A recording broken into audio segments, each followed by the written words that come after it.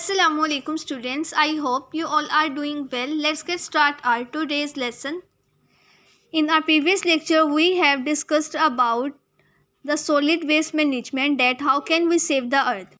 Now we are going to discuss about the other two steps that we can adopt to keep our environment clean and healthy. These steps include environmental campaigns and responsibilities for all. We can save our Earth planet by environmental campaigns or by accomplishing responsibilities for all. In environmental campaigns, we should aware people about the environmental pollution, its effects, and the preventive measures, that how can we reduce its harmful effects. So we can aware people by environmental campaigns. For this purpose, we have to organize seminars, school talks, debates, and celebrating the World Environmental Day, so that the people will be aware about environmental pollution and its effect, and they will also be able to know that how can they play their role in keeping the environment clean and saving the earth. हमारी जो अर्थ है उसको हम save कर सकते हैं environmental campaigns यानी माहौलियाती मुहिम के ज़रिए और इन्वायरमेंट से रिलेटेड अपनी अपनी जिम्मेदारी को पूरा करके। इन्वायरमेंटल कैंपेन यानी जो माहौलियाती मुहिम है, ये एक ऐसा मेथड है जिसमें हम लोगों को अवेयरनेस प्रोवाइड करते हैं इन्वायरमेंट की इम्पोर्टेंस से रिलेटेड, और उनको बताते हैं कि किस तरह से ह्यूमन एक्टिविटीज़ की वजह से जो हमारा इन्वायरमेंट है वो पोल्यूट हो रहा है और इसके इफ़ेक्ट्स क्या होंगे ह्यूमन लाइफ पर। और इसके साथ साथ सेमिनार्स और डिबेट्स के थ्रू लोगों को अवेयर किया जाता है कि वो किस तरह से इन्वायरमेंट को क्लीन करने में अपना रोल प्ले कर सकते हैं, कौन कौन से ऐसे स्टेप्स हैं जो वो इंडिविजुअल लेवल पर ले सकते हैं और हमारा जो इन्वायरमेंट है उसको हेल्दी और क्लीन बना सकते हैं। The next method for saving the earth is the responsibilities for all, as we all are living on earth and this is our environment. So this is the responsibility for all of us to keep our environment clean. The individuals, the organization and the government must share their responsibilities to check the activities which cause pollution. First of all, we will discuss about the responsibilities for individual. At individual level, what are the responsibilities that we should accomplish to perform our role in keeping the environment clean? Domestic trash should not be dumped on open places. We should minimize the use of private vehicles and should prefer public transport. Sulfur and lead-free fuels should be used in vehicles so that the amount of pollutants in air could be reduced. We should tune the engines of vehicles properly, and we should use chlorofluorocarbon-free products, as the chlorofluorocarbon is the most dangerous pollutant in our environment, due to which many other environmental problems are created. So we should minimize the use of such appliances that contain chlorofluorocarbons. अर्थ को save करने के लिए जो दूसरा step है हमारे पास वो है कि रिस्पॉन्सिबिलिटीज़ फॉर ऑल, यानी हम सबकी जो जिम्मेदारियां हैं उनको जब हम पूरा करेंगे तो हम अपने इन्वायरमेंट को हेल्दी बना सकते हैं।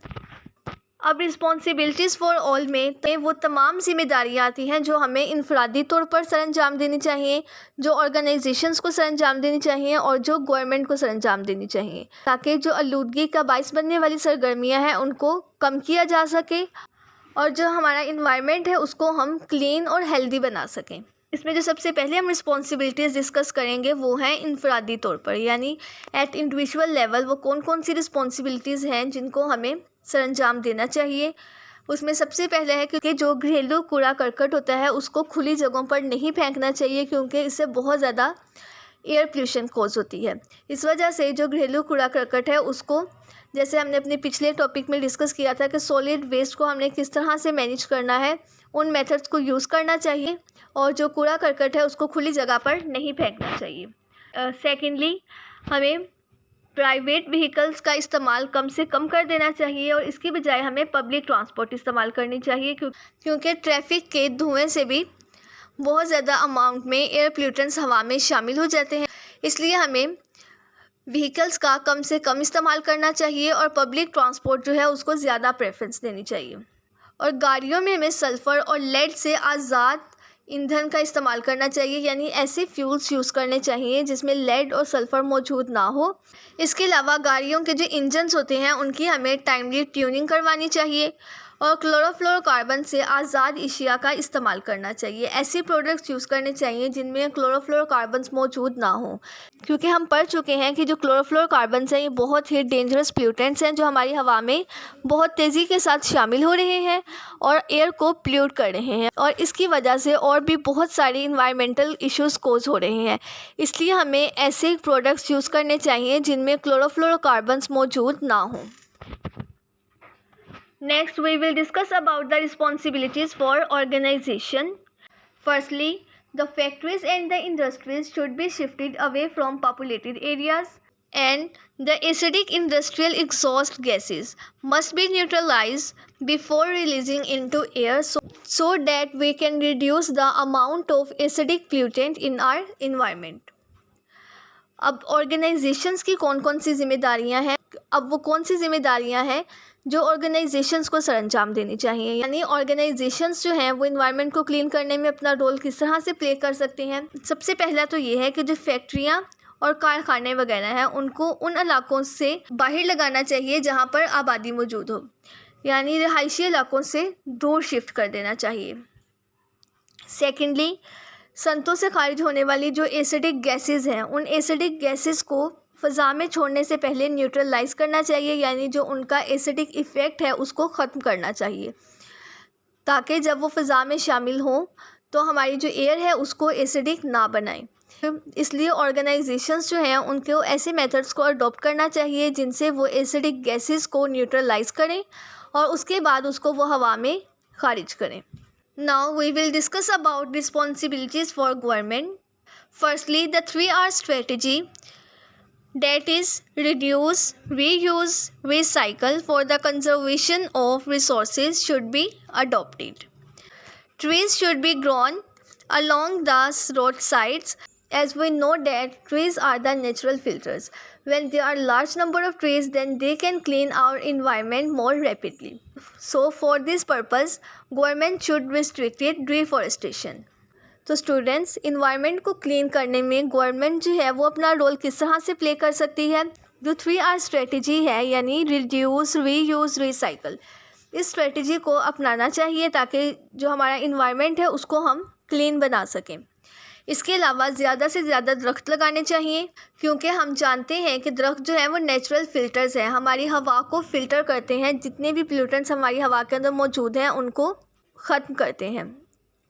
तो इस वजह से हमें ज़्यादा से ज़्यादा दरख्त उगाने चाहिए और गवर्नमेंट को डिफ़ॉरेस्टेशन को अवॉइड करना चाहिए। जो डिफ़ॉरेस्टेशन है इसको रिस्ट्रिक्ट कर देना चाहिए ताकि हमारे इन्वायरमेंट में दरख्त ज़्यादा से ज़्यादा मौजूद हों, ताकि एयर को क्लीन करने का जो नेचुरल प्रोसेस है उसके ज़रिए ही हम अपने इन्वायरमेंट को क्लीन रख सकें। तो स्टूडेंट्स, आज के लेसन में हमने देखा कि वो कौन से 2 ऐसे इक़दामात हैं जो हम उठा सकते हैं और हमारा जो इन्वायरमेंट है उसको क्लीन रख सकते हैं।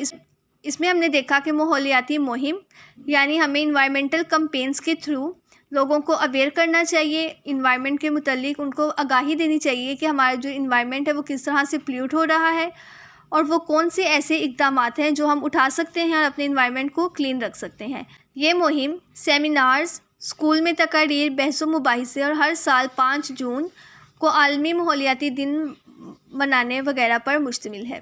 इसके बाद हमने देखा कि हम सबकी वो क्या ज़िम्मेदारियां हैं जिनको पूरा करके हम अपने इन्वायरमेंट को क्लीन रख सकते हैं। इसमें जो ज़िम्मेदारियां हमने डिस्कस की वो कौन कौन सी थी कि घरेलू कूड़ा करकट और सॉलिड वेस्ट को खुली जगहों पर नहीं फेंकना चाहिए, सफ़र के लिए ज़ाती कार की बजाय पब्लिक ट्रांसपोर्ट इस्तेमाल करनी चाहिए, और गाड़ियों में ऐसे ईंधन का इस्तेमाल करना चाहिए जो सल्फ़र और लेड से आज़ाद हों। फैक्ट्रियों और कारखानों को रहायशी इलाकों से दूर शिफ्ट कर देना चाहिए।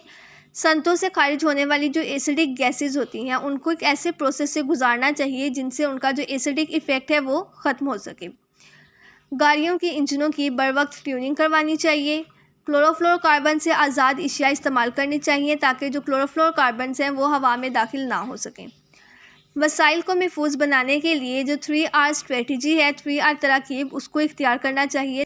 सड़कों के किनारों पर दरख्त उगाने चाहिए और जो डिफॉरेस्टेशन है उससे परहेज़ करना चाहिए, ताकि हमारे इन्वायरमेंट में ज़्यादा से ज़्यादा दरख्त मौजूद हों और जो इन्वायरमेंट को क्लीन करने का प्रोसेस है उसको तेज़ बनाया जा सके। एक्सरसाइज में जो लॉन्ग क्वेश्चन नंबर 4.12 है कि आलूदगी को कंट्रोल करना हम सबकी ज़िम्मेदारी है, हमें इनफरादी तौर पर, हमारी ऑर्गेनाइजेशन और गवर्नमेंट को किस तरह से इसे पूरा करना चाहिए, तजावीज़ दीजिए। इस क्वेश्चन का आंसर पेज नंबर 57 पर है। इस क्वेश्चन का आंसर आप लोग यहाँ से लेकर यहाँ तक करेंगे और जिस तरह आपको पॉइंट्स बनाएंगे उसी तरह से आप लोग इसको पॉइंट्स की फॉर्म में करेंगे। ओके स्टूडेंट्स, आज का लेसन आपका यहीं तक है। इसमें जो आपको पॉइंट्स हाईलाइट करवाए गए हैं उनको आप लोगों ने अच्छी तरह कर लेना है। इसके अलावा एक्सरसाइज का जो लॉन्ग क्वेश्चन नंबर 4.12 है वो भी इसमें कवर हो रहा है, तो आप इसको अच्छी तरह से तैयार करें। Thank you very much. अल्लाह हाफिज़।